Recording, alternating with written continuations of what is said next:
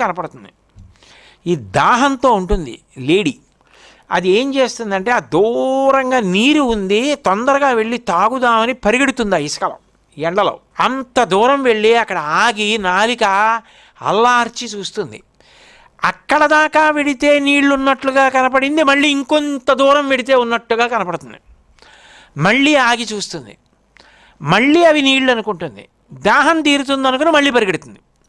ఈ పరిగెత్తడంలో దాహం ఎక్కువైపోతుంది. అది మృగతృష్ణ. ఎడారి అంటే అంతులేని ఇసుక.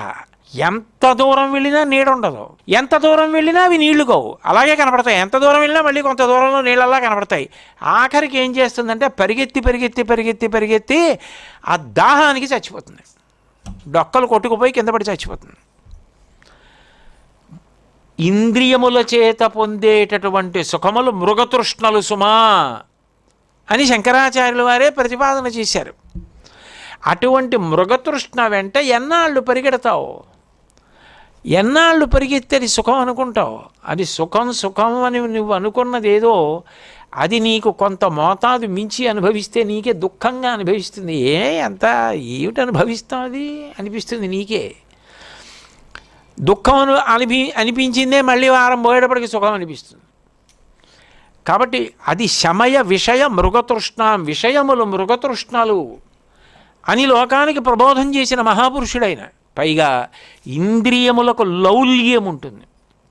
లౌల్యం అన్న మాటకు అర్థం ఏంటంటే లల్ అన్న ధాతు ఎక్కువ వేశారనుకోండి, ఎప్పుడైనా వేస్తే దాని అర్థం ఏంటంటే విషయ సుఖములను చెప్తున్నారు అట్ట, దాని యందు మగ్నమైపోయాడు అనుకోండి, లల్ ధాతు వేస్తారు. రామాయణం సుందరకాండలో పిబ విహర రమస్వ భుంచో భోగాం ధన నిచయం ప్రదిశాంచి మేదినీంచ మయి లలలనే యథాసుఖస్త్వం తయి చ సమేత్వ లలంచ బాంధవాస్తే అంటాడు రావణాసురుడు. పిబ విహర రమస్వ భుంచ భోగాన్ ధన నిచయం ప్రదిశామి మేదినీంచ.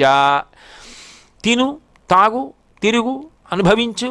ఏమిటి శాస్త్రం, ఏమిటి ధర్మం, ఏమిటి పిచ్చి నీకు? యవనం పోతే మళ్ళీ తిరిగి వస్తుందా? యమనం వ్యతివర్తతే యదతీతం పునర్నైతి శ్రోత్ర శీఘ్రమపామివా. ప్రవాహంలా వెళ్ళిపోయింది, మళ్ళీ వెనక్కి రమ్మంటే వస్తుందా? వెళ్ళిపోయిన కాలం వస్తుందా? యవనం పోతే వస్తుందా? అనుభవించు. మయి లలలనే యథా సుఖత్వం తైచ సమేత్వ లలంతు బాంధవాస్తే అంటాడు. లల్ ధాతు ఎక్కువ వేశారు అంటే